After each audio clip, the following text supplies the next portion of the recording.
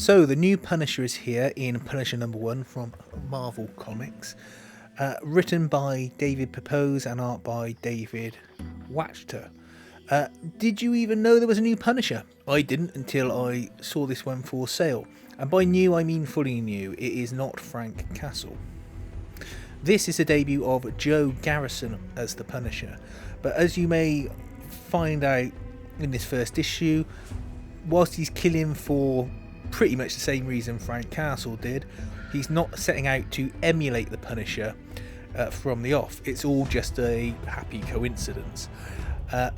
It's a pretty big one to swallow, but this is comic book, so you just have to get over that when you read it. The Punisher skull is present in a revised manner.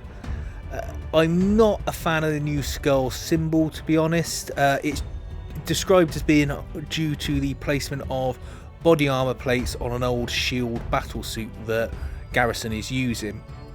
Hopefully that will get changed in the coming issues, because I just think it looks ugly. He has tech help to replace the microchip persona from a character called AAA. This is Garrison's former handler in SHIELD.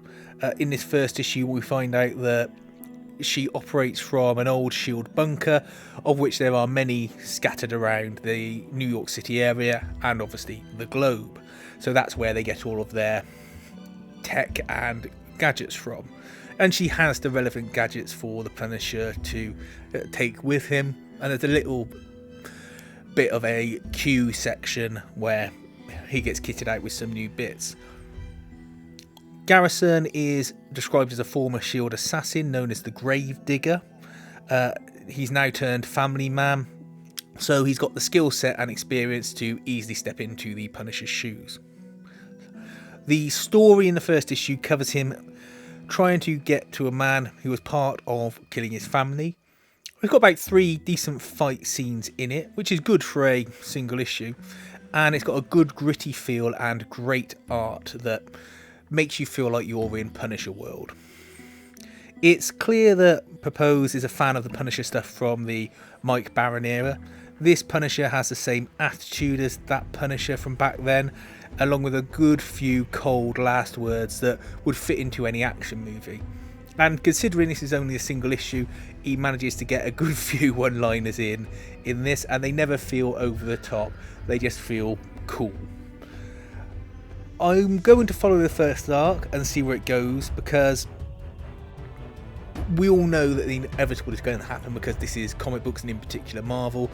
So Frank Castle isn't gone anywhere. He will reappear at some point in the coming months, because they just can't let anyone go, essentially, even if they happen to have a perfectly good replacement for him. I didn't know much about Pepose's writing before this, but I really enjoyed it. I understand that he took over the Savage Avengers run when the initial run finished, and do you know what, I'm going to go back and pick up the first couple of trades of that Savage Avengers run, because I really enjoyed his writing in this, although strange enough the Punisher isn't in that period of the Savage Avengers that I'm aware of, but I like the Savage Avengers anyway, you know that if you've watched this channel. What did you think of the issue? Let me know. Do you like the new Punisher? Do you like the skull logo? My views on it. And thanks for watching.